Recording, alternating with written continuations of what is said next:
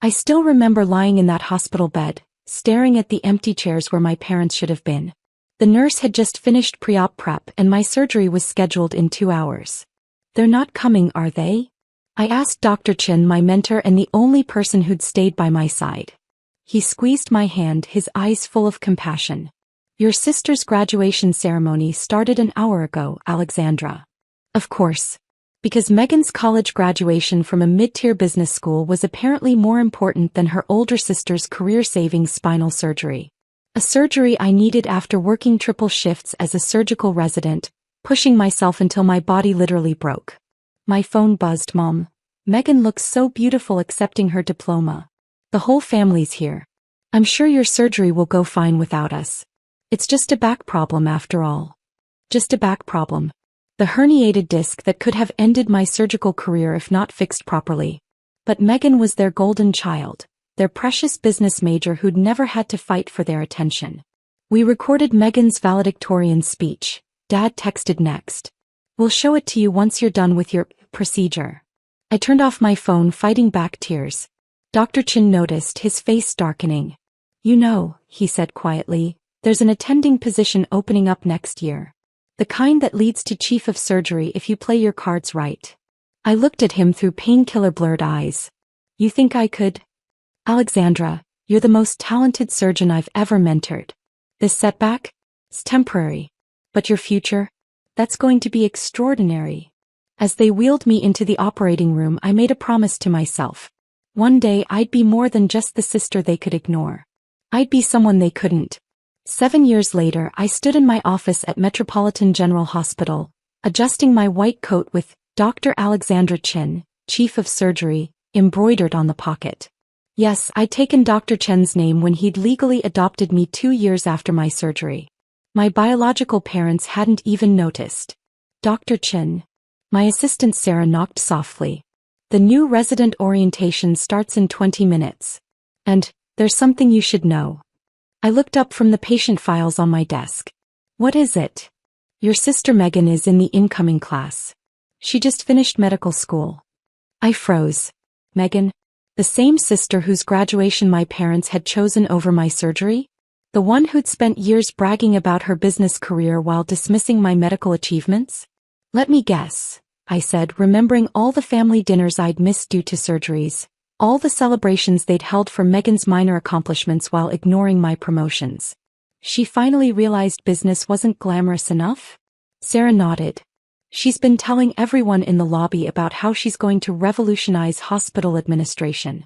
Says her business background makes her special." I picked up my tablet, pulling up the resident files. There she was, Megan Wilson, MD, looking polished and confident in her headshot. Just like she'd always looked in the family photos I was mysteriously absent from.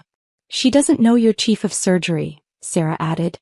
"None of the family does, do they?" "No," I smiled, thinking of all the times they'd asked about my doctor job, without bothering to learn the details. They never cared enough to ask. My phone buzzed, a text from Mom, the first in months. "Megan starts her residency today. First doctor in the family. We're so proud." First doctor in the family. I stared at those words, remembering all the graduations, awards and promotions they'd missed. The adoption they hadn't attended. The changes they hadn't noticed. "Sarah," I straightened my coat, "let's make sure the orientation is memorable." The lecture hall was packed with new residents, all eager faces and crisp white coats. Megan sat in the front row, naturally already holding court with her neighbors.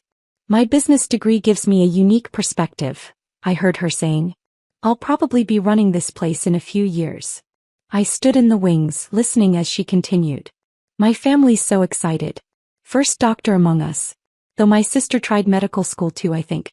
Dropped down to regular doctor work after some surgery. Couldn't handle the pressure." Sarah touched my arm. "Ready, Dr. Chin?"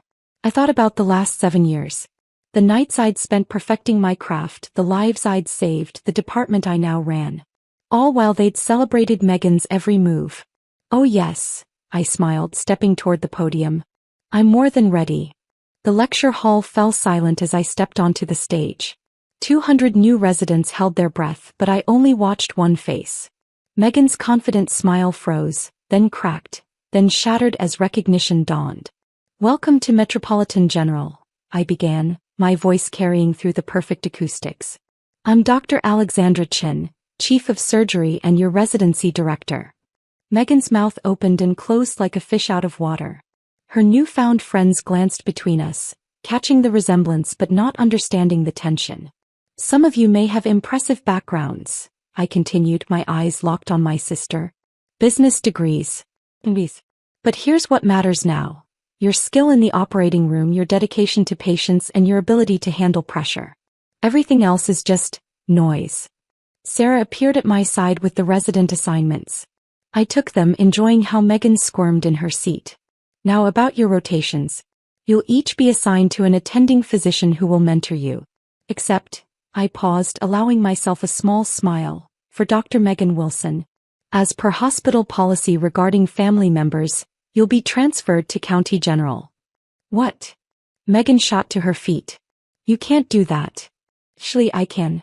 Hospital bylaws are quite clear about nepotism. We wouldn't want anyone suggesting you got special treatment because your sister is chief of surgery." The whispers started immediately. Megan's new friends edged away from her, their allegiances already shifting. "But," Megan's voice cracked, "Mom and Dad said that I'm just a regular doctor, that I couldn't handle the pressure." I smiled professionally.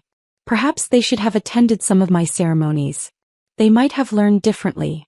After dismissing the orientation, I returned to my office.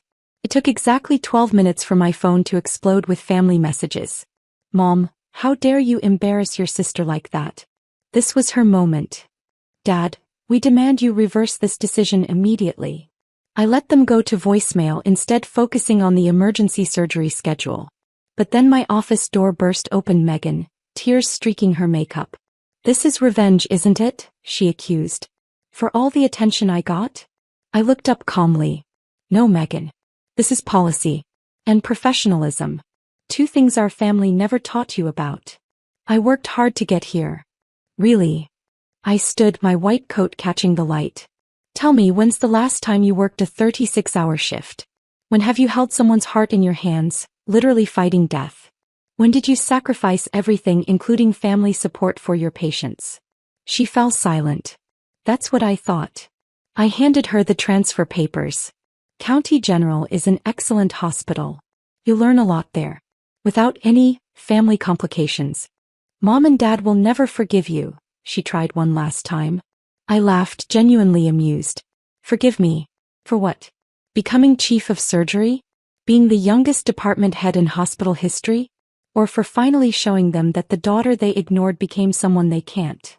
"We didn't ignore you." "Really?" I picked up my tablet, pulling up old photos. "Here's my graduation from medical school, empty chairs where our parents should have been. My chief resident ceremony, you all were at your business school formal. My adoption by Dr. Chin, you had a job interview that day." "Adoption?" Megan whispered. "What adoption?" "Exactly. The man who mentored me, who sat with me during my surgery when our parents chose your graduation instead, legally became my father 2 years ago. Not that any of you noticed I changed my name." She sank into a chair, realization dawning. "That's why you're Dr. Chin." "Yes. Because he was there for every achievement, every setback, every triumph. While our biological parents were busy celebrating your business degree and MBA, Dr. Chin was helping me become chief of surgery." My phone buzzed again. Mom demanding a family meeting to discuss this situation. "You know what's ironic?" I said, declining the call. "All those years they treated you like you were special. But now I'm the one with the power to shape your career. Funny how life works out." Megan stood, gathering what remained of her dignity. "I'll excel at County General. I'll prove I deserve to be here." "I'm sure you will. But you'll do it on your own merits, not your family name. Not that our family name means much in medical circles." I turned back to my work. "Oh, and Megan, don't forget to return your MetroGen ID badge to HR on your way out." After she left, Sarah brought in the afternoon surgery schedule. "Your parents are in the lobby demanding to see you." I glanced at the schedule, 3 complex procedures awaiting my expertise. "Tell them they can make an appointment. Through proper channels. And if they persist?" Then remind them that security removes all unauthorized visitors. Even family. I pulled on my surgical gloves. Now let's save some lives.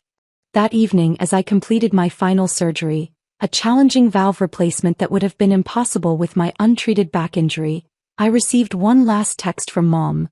We just want what's best for Megan. I thought about that empty hospital room 7 years ago, about all the moments they'd missed, about the father who'd chosen me when they wouldn't. So did I typed back. I wanted what was best for her medical career. That's why I'm sending her somewhere she can't rely on family connections. Consider it a valuable lesson in handling pressure. Then I turned off my phone, hung up my white coat and headed home. Tomorrow would bring new surgeries, new challenges, new chances to prove that the daughter they'd ignored had become someone they couldn't avoid.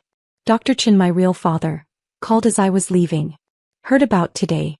You okay? I smiled, touching the name badge that carried his legacy. Better than okay. For the first time they finally saw me. They saw a chief of surgery, he corrected. Which is exactly who you are. Sometimes success isn't about proving others wrong. Sometimes it's about becoming so right that their approval becomes irrelevant. And sometimes, just sometimes, it's about showing your family that the daughter they couldn't make time for now controls their precious golden child's future. The next morning I saw Megan leaving with her box of belongings.